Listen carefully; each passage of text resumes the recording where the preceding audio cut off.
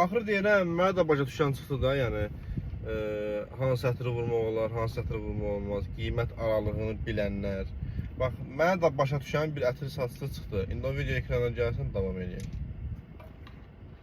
Dəridə səpki yaradır, xərçəng yaradır və yaxud da digər şeylər. Son zamanlar yağ ətirlərə qarşı böyük təbliğat gedir. Mənfi təbliğatda, nə bilim, yağ ətirlər dəridə səpki yaradır, xərçəng yaradır və yaxud da digər şeylər. Təbii ki, həssas dərilərdə səpki olmağı normaldır. Bu təkcə ətirə aid deyil.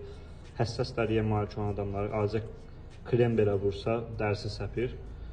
Xülasə, onu demək istəyirəm ki, yağ ətirlər ziyanlı deyil və yaxud da ki, digər bir şeylər.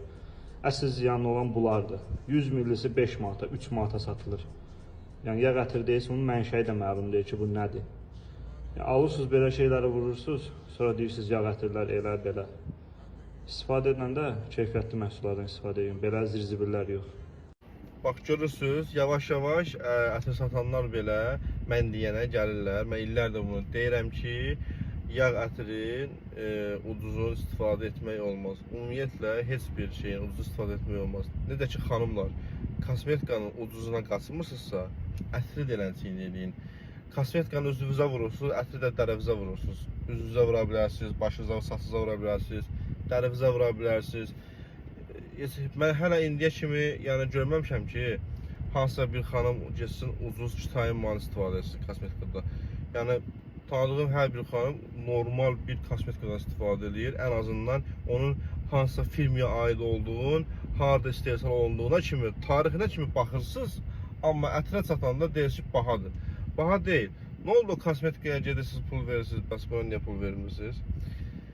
Yəni, sözüm ondadır ki, kosmetikanın bilirsiniz ki, kitayin kosmetikası zərərlidir, olmaz vurmaq, səpki yarada bilər, dəridə pis xəstəlik sala bilər kosmetika.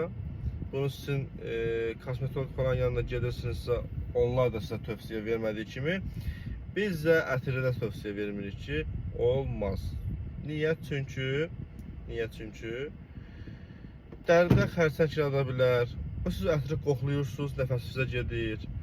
Bax, videoda deyir, 50 millisi 8 manat, 7 manat. Bu tip ətirləri almayın.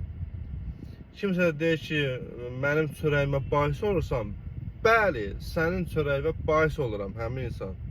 Millətə zirzibil satma. Normal məhsul sat.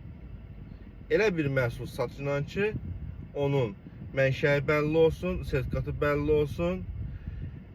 Yəni, ən azından bu millət bilsin ki, nə alıb, nə istəyir.